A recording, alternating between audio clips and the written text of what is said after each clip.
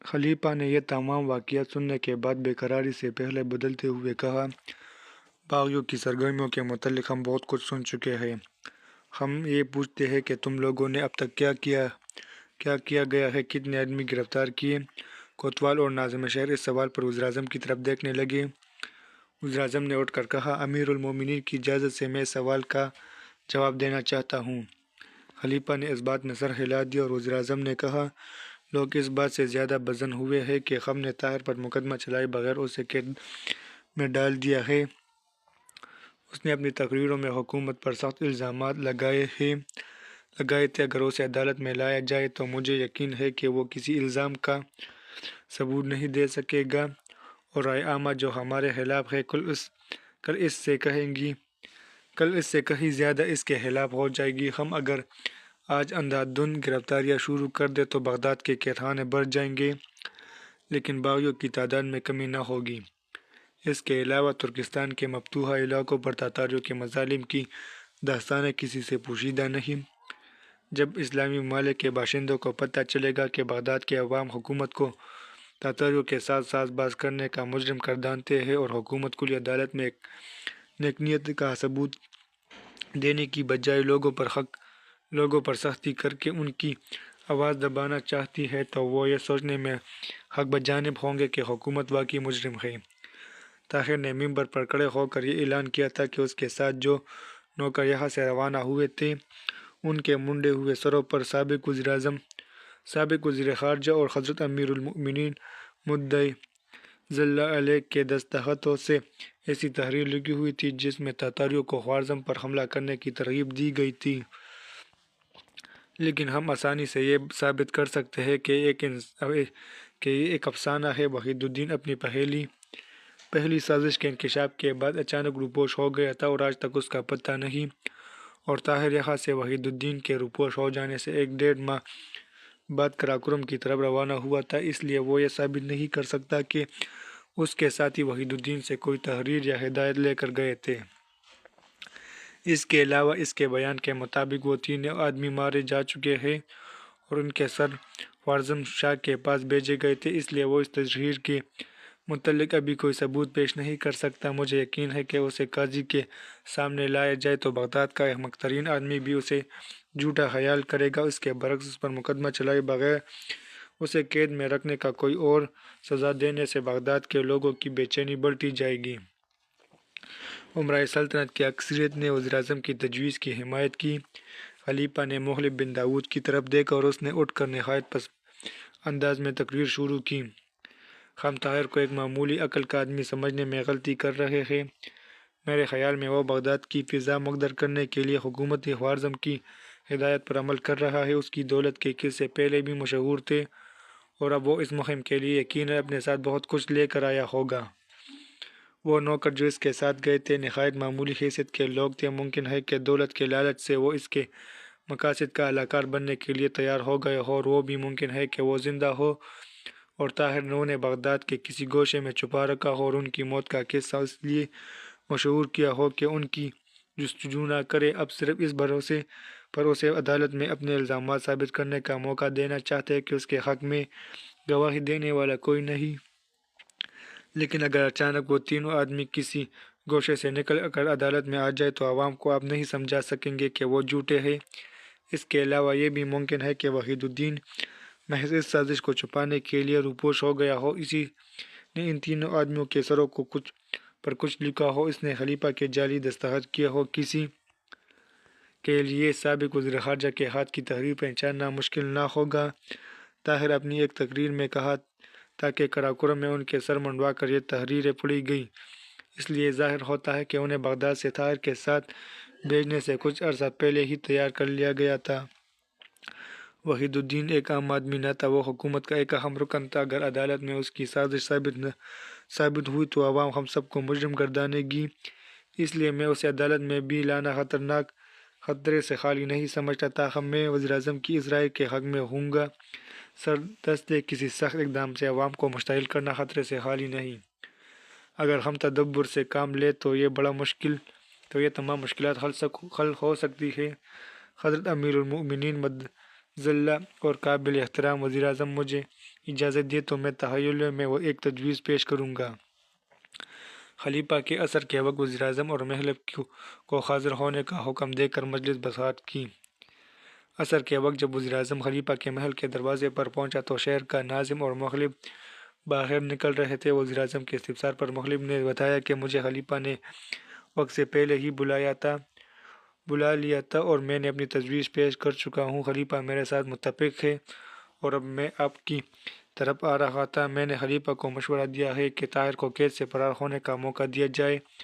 تاتاریوں کی فوج افواج مرو پر حملہ کر چکی ہے اور وہ اس کے تمام سربراہ ساتھی موقع ملتے ہی اس طرف بھاگ جائیں گے۔ اس کے بعد لوگ خود بخود ٹنڈے ہو جائیں گے۔ اس کی گرفتاری کے فوراً بعد سرکاری جاسوسوں نے بتا دیا تھا کہ اگر اسے گرفتار نہ کیا جاتا تو وہ 1 دن یا 2 دن کے اندر بغداد چھوڑنے والا تھا۔ اب ہم اسے رہائی کا موقع دیتے ہی شہر میں منادی کر دیں گے کہ اسے پکڑنے والے کو ایک بہت بڑی رقم انعام دی جائے گی اور اس کے چلے جانے کے 1-2 دن بعد ہم یہ مشہور کر دیں گے کہ وہ خوارزم شاہ کے امام پر بغداد میں فتنہ برپا کرنے کے لیے آیا تھا۔ وزیراعظم نے کہا آپ نے ہمیں یہ راستہ بتا کر ملک کی بہت بڑی خدمت کی ہے۔ میں بھی دروہ کو حکم بھیجتا ہوں کہ اسے قید خانے سے بھگا دے۔ مخلب نے کہا یہ کام میرے سپرد کر دیجیے۔ میں کل ناظم شہر کے ساتھ خود دروہ کے پاس جاؤں گا اور اسے سمجھا دوں گا کہ اسے کیا کرنا چاہیے۔ وزیراعظم نے کہا آپ نے مجھے بہت بڑی ذہنی کفت سے نجات دلائی، میں آپ کا شکر گزار ہوں۔ مخلب نے جواب دیا یہ میرا فرض تھا۔ لوگ بہت زیادہ مشتعل ہو رہے ہیں، میرے خیال میں اسے جلدی قید خانے سے نکال دینا چاہیے۔ اب مطمئن رہیے وہ کل تک آزاد ہو جائے گا۔ صفیہ دریا کے کنارے بالائی منزل کی چھت پر کھڑی تھی۔ شام ہونے کو تھی۔ مغربی افق پر آفتاب کو اپنی آغوش میں لیٹے ہوئے لینے والے بادلوں کا رنگ سرخ ہو رہا تھا۔ پرندے آسمان کی مشعل کو روپوش ہوتے دیکھ کر اپنے گھونسلوں میں پناہ لے رہے تھے۔ فضا کے دھندل کے ساتھ چاند کا زردی مائل چہرہ روشن ہونے لگا تھا۔ ستارے آسمان کے آنچل سے جھانکنے لگے اور معمون کائنات مسکرا اٹھی۔ فضا میں ہنکی بڑھ رہی تھی۔ دن بھر کے تھکے ہوئے ماہی گیر اپنی اپنی کشتیاں دوسرے کنارے پر لگا رہے تھے۔ پانی کی سطح سے کبھی کوئی بے قرار مچھلی 1-2 بالشت اچھلتی پھر روپوش ہو جاتی۔ صفیہ نیچے اترنے کا ارادہ کر رہی تھی کہ اسے کسی کے پاؤں کی آہٹ سنائی دی۔ اس نے مڑ کر دیکھا اور بے پرواہی سے منہ پھیر لیا۔ قاسم تھا۔ اس نے کہا صفیہ سردی لگ جائے گی، چلو نیچے۔ صفیہ نے کوئی جواب نہ دیا اور آگے بڑھ کر پھر دریا کی طرف دیکھنے لگی۔ صفیہ خدا کے لیے بولا مجھے جی بھر کر کوسو، میرے لیے تمہاری یہ خاموشی ناقابل برداشت ہے۔ اگر مجھے معلوم ہو کہ میں اس دریا کا رخ بدل دینے سے تمہاری کھوئی ہوئی مسکراہٹ واپس لا سکتا ہوں تو خدا کی قسم میں اس کے لیے بھی تیار ہو جاؤں گا۔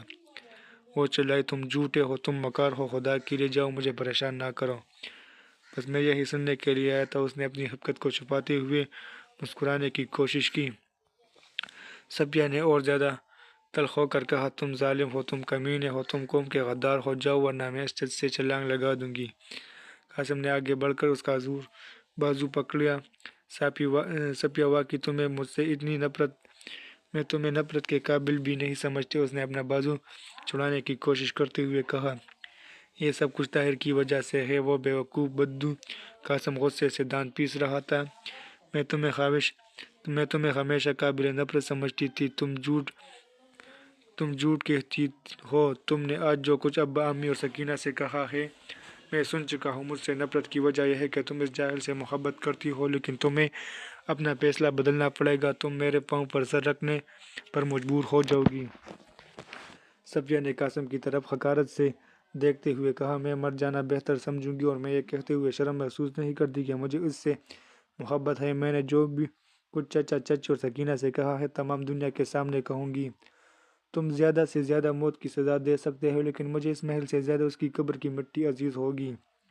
تم مجھ سے سب کچھ چھین سکتے ہو لیکن اس کی محبت نہیں چھین سکتے۔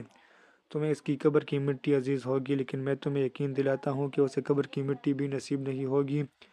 مجھے اس کی پرواہ نہیں، میں اسے ہر جگہ دیکھ سکوں گی۔ دریا کی ان لہروں میں، چاندنی کی روشنی میں، ستاروں کی جگمگاہٹ میں وہ ہر وقت میرے پاس ہوگا۔ میں پھولوں میں اس کی مسکراہٹ دیکھوں گی۔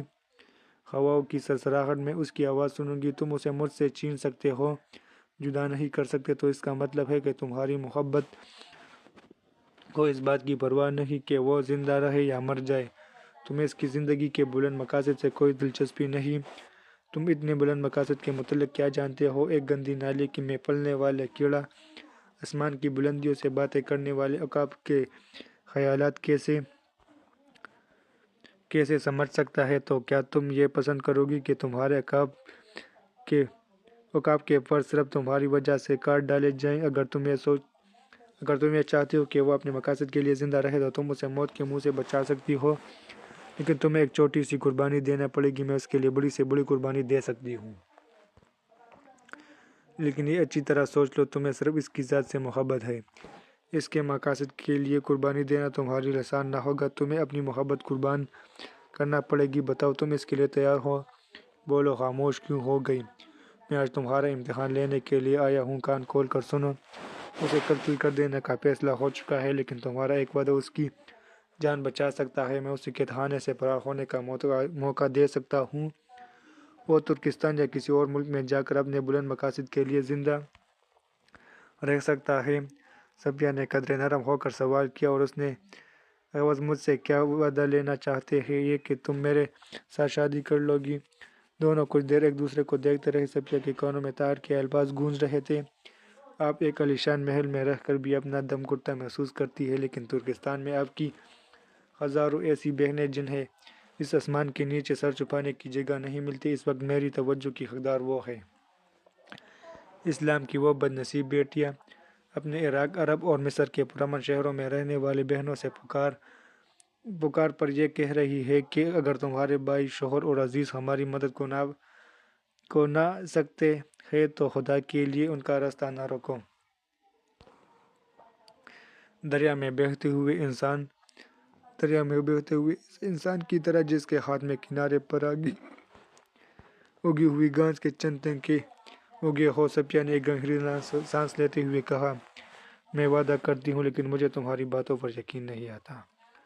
اس سے کیسے چھڑانا تمہارا بس میں نہیں، قاسم نے پر امید ہو کر کہا۔ تم اطمینان رکھو، بہت جلد آزاد ہو جائے گا۔